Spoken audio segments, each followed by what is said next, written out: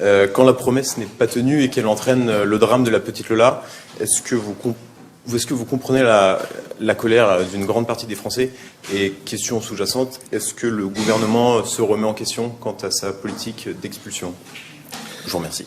Alors, pardonnez-moi, dans votre question, vous dites que le non-respect de l'OQTF a entraîné le drame. Je vais vous répondre plus généralement sur les leçons qu'il faudrait tirer sur le plan politique. La première, c'est que chacun d'entre nous sortirait grandi par la dignité dont il fait preuve, dans la douleur de tout un peuple et dans la confiance renouvelée dans les institutions de notre République. Notre réponse, c'est la République. C'est la République. C'est l'ordre républicain. Et quiconque souhaiterait s'en affranchir en trahirait de fait la promesse. Vous m'interrogez plus généralement sur la question des OQTF, pour laquelle je vais vous répondre. Le niveau de respect des OQTF aujourd'hui est le niveau que nous avions connu, qui était le niveau maximal connu du temps du quinquennat du président Sarkozy, par exemple. Est-ce que c'est satisfaisant? Certes non, et nous travaillons d'arrache-pied pour faire en sorte que les expulsions puissent avoir lieu dès lors les arrêtés sont prononcés.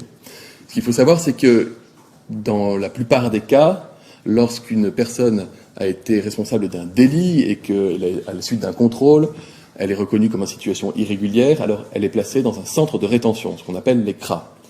S'agissant de l'assassin présumé de la petite Lola, elle n'avait commis jusqu'ici aucun délit, n'était pas connue par les forces de sécurité. Elle était en situation irrégulière depuis 3 ans, elle était rentrée régulièrement sur le territoire national comme étudiante. Elle n'avait jamais été contrôlée, donc n'avait jamais été identifiée comme étant en situation irrégulière.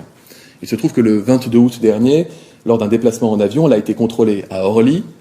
Les services de sécurité se sont rendus compte qu'elle était en situation irrégulière sur le territoire national et lui ont donné un certificat d'OQTF avec la possibilité de procéder à un recours dans le mois qui suit.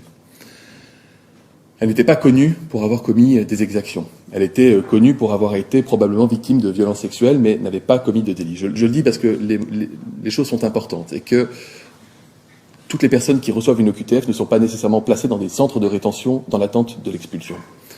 Nous devons évidemment faire mieux et nous travaillons d'arrache-pied. Le ministre de l'Intérieur le disait encore ce matin pour que nous puissions faire en sorte que les OQTF soient suivis des faits. Nous regardons aussi la situation européenne chez nos voisins, chez les pays qui ont d'autres modalités d'exécution des peines d'expulsion et qui ne rencontrent pas des résultats significativement supérieurs à ceux rencontrés par la France. Vous dire qu'on a multiplié par quasiment 20 le nombre d'OQTF à destination de l'Algérie, par exemple, par rapport à l'année dernière, qui était une année assez exceptionnelle, compte tenu de la situation sur le Covid.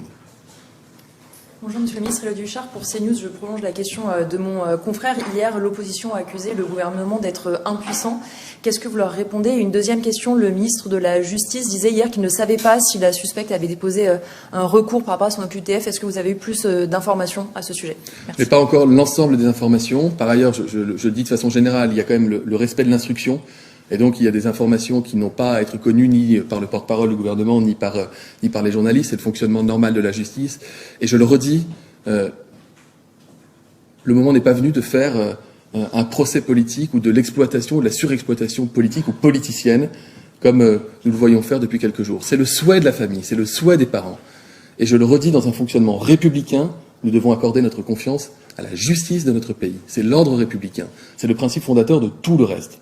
Donc évidemment que nous souhaitons les condamnations les plus fermes, évidemment que nous souhaitons que la justice suive son cours le plus rapidement et le plus fermement possible, et que nous voulons et nous aspirons à avoir toutes les réponses. Je redis, le mot fermeté est un mot essentiel en la matière.